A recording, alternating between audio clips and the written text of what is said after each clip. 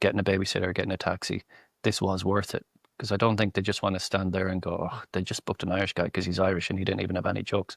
Like at the end of the day, it's about the audience. And if you haven't wasted their time and you've delivered with a couple of punchlines that they'll go home talking about, then I'll happily take the leg up. Do do you, when you're traveling, do like a opening joke to try and not like because you're traveling? Do you make a joke about you being someone from outside of that city I as your think opening joke? I think you kind of have to, even in Belfast. Okay. I think I probably did it when you were there. I think you can't. It's hard to just stand up there and start speaking in a different accent and expect everybody to just roll in with it because immediately they're going to maybe talk to each other and say, "Where's the accent from?" They might do something in their head that means they don't listen to your first couple of lines. And now, which was probably the most important joke of your set, your opening one, isn't being listened to by half the room because they're wondering where you're from. It's kind of like I understand why if somebody was in a wheelchair and they started their set without mentioning the wheelchair, I think the audience are now thinking stuff that's going to interfere with the first line of their, even if their first joke is brilliant. I think the audience are thinking of stuff that they don't need to be thinking about that you could have just covered and brought us all onto the first joke together at the same time. So I tend to kind of acknowledge it. I've done some gigs in Belfast that haven't been, you know, as good as nice as the one you saw when you were there. I've done some shows where I've just started into my set and afterwards I was like, wow, why did that not go so well? And I remember thinking, I just started talking to them and they were sitting there with their arms folded thinking, does he even know he's not from here? Because he hasn't mentioned it. Oh, And as soon as you mention it, I think it helps a lot. Just even look, I know I'm not from around here. This is my accent, or this is where I'm from. I arrived yesterday. It's great to be in New York. Whatever it is, you've okay. just got over the first hurdle, and now we're all going into the first joke together, rather than having people behind thinking, why isn't he mentioned that he's only got one arm? At least you're all going to the same joke together. It doesn't need to be a killer, just a slight little mention of like, That's it. I don't think it, because I think a lot of people, okay. and I did it at the start when I was performing in a different city. I remember I was Googling that city and going, right, what can I do? I need a killer joke about that city. And there's a good chance you won't get it, or you'll do something cliche, or you'll go to Amsterdam and make jokes about tourists and clogs and bicycles. And that joke has been done a million times. And you're racking your brain trying to come up with the perfect Amsterdam joke.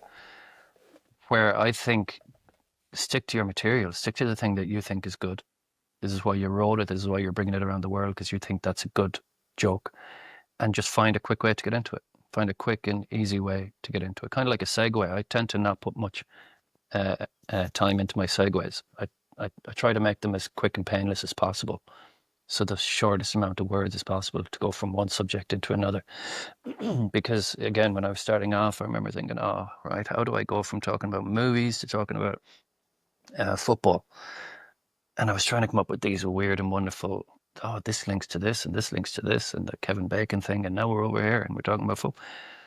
Whereas even just saying, yeah, also on my downtime, I watch movies, I play a bit of sport, I was watching football, Oh, boom, okay. just something tiny. And this is the same at the start of the set, something tiny about being in Amsterdam, being tired from the flight, getting the taxi in, and you've just arrived here. This is my first beer of the day, whatever it is, and then you're in and then you're all moving on together. I kind of try and make it a little bit conversational. I'm not, as you can confirm with Chat GPT, I'm not very razzle dazzle. So there's no like, hey guys, the show's started. You're the comedian's on stage. I'm just kind of like the guy who was standing at the back of the club who's now on stage holding the same point he was holding at the back of the club, but now talking into a microphone. So I try to make that a little bit of a blur, the transition between just a dude at the bar and the dude on the stage doing the show. I'll try and blur that as much as I can. But and it's also giving the magic of like seeming like a conversation and not making it seem like a joke. Yeah, I mean, some people it's their style that they go for. This is the joke, this is the punchline. Now it's your turn to laugh, and it works for a lot of people. I don't find it works for me. I kind of have to mask it a little bit and keep it conversational. It's the only way that I can get the style across. but I find it works, especially for what you were initially asking about the start of a show in a new town. I think something quick and painless to acknowledge the fact that you're not from around there, that you've just flown in. This is a cool city. Maybe something small that you've noticed if it's genuine. I wouldn't be going, I've noticed there's a lot of women in windows in Amsterdam. I'm not doing that. But if there was a funny conversation in the taxi on the way in, great, I mentioned that. But if not, just, it's really nice to be in your town. I always like visiting here. Anyway, boom, and then into I set. Okay. And do you, if you have a joke, I don't know, about a family or daughter or anything like that, do you add a reference to that so that they'll get it? Like you look like an equivalent, or like you said before, just a gentle conversation, just say, "Oh, I've been out of town," this and that. Yeah, no, I wouldn't normally add a reference. If something is in danger of getting lost in translation, then yeah, like if I'm talking about like a neighboring town or a neighboring city in Ireland, like if I'm talking about, you know, Cork, I'm living in Dublin, but this happened in Cork, I might say Cork, it's kind of like your Utrecht to Amsterdam or whatever, I might have something to compare it to a little bit with them. But normally I can kind of dilute my material enough that I don't have to over explain things. So I don't say I'm from Mayo, which is a county in the west of Ireland. I don't say Mayo when I'm in Austria. I'll just say the west of Ireland, and um, if I'm talking about Cork, I don't have to actually say Cork. I can say it's another big city south of Dublin, whatever it is. I'm just kind of keeping things as generic as possible. So I don't have to go into big explanations. I just find it, if you've worked really hard on your set, then you can only kind of slow it down with those kind of things. It's almost like you're just inserting speed bumps into your set the whole way through. When if you just give people enough credit and don't use anything too specific when it comes to details, then I think most people will come along with you. Yeah. What if it's an completely out of nowhere town where they've just they're in the Stone Age? Um, Okay. well, that could be some of the towns that I grew up beside, so, Oh, okay. I'm probably all right with that. Um, yeah, I don't know. Like, is there towns where you can say like Elvis and they go, sorry, who? I don't know if they exist. I have done shows in stranger places where I really, really had to work on my references and stuff. I did a gig in Iraq, in Kurdistan in Iraq, uh, and I did a gig a few months previous to that in Calcutta in India. And there was times there where I not only did I have to explain where I'm from in the west of Ireland, but I had to explain that Ireland is not England or Scotland. It's not part of the UK.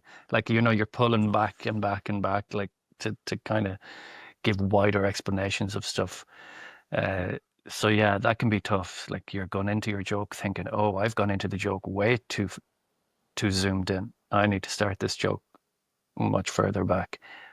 But that's also again good exercise to be able to like to not think on your feet and make sure you're. It's basically I think about just making sure you bring as many people on the boat as possible when you're going into your jokes, because as soon as you see people turn to each other, going like, "Sorry, did he say Scotland or Ireland or where is Scotland? Where is Ireland?"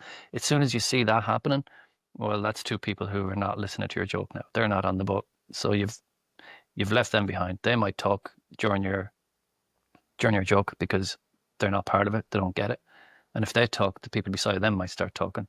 And all of a sudden, you're losing that part of the room because you just didn't bring everybody with you. And I think it can happen with subject matter as well. Sometimes you start into something and a lot of people just don't care. And they might say, all right, we'll sit this joke out. We might go to the bar, go to the toilet, have that chat we were going to have, and we'll get on the boat for the next joke. And it's always dangerous when you leave people out like that. And for anyone that's listening now and they're comics that are like quite one thing I've noticed, because I've traveled a little bit, I've been to New York, Chicago, Los Angeles, London, and even like parts of Scotland, a lot of the times I get the feeling that a lot of people can get too comfortable and just end up using local references. And for anyone that is come from their own city, what would you say to them in terms of the benefits of traveling as a comic? Well, I think it's good for that. I think it's good for making your set more accessible because the first few times I traveled, I think my first few outside of Ireland and the UK shows were probably in the Netherlands. And I realized pretty quick that I had to adapt a lot. It's my set that I was doing in Dublin at the time.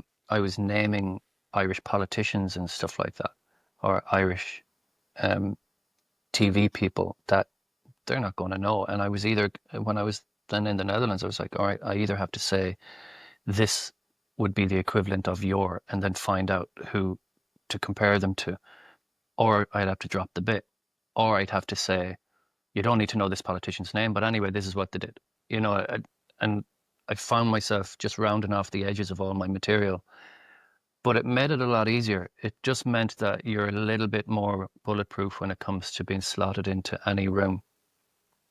I was going to say the world, maybe, but I don't know if it'll travel everywhere. But you try to make yourself as understandable as possible in as many cities and rooms as possible. So I found it helped a lot. And also then coming back to Dublin to do shows, there's some gigs here in the middle of Dublin where you'll be lucky to find any Irish people in the room because it's tourists and, you know, people are being flyered on the streets and people are Googling Comedy Dublin as they arrive off their flights. And so sometimes you'll do a shout out for Irish people and there might be one or two and then it might be, you know, 99 non-Irish people in the room who are just there on holiday.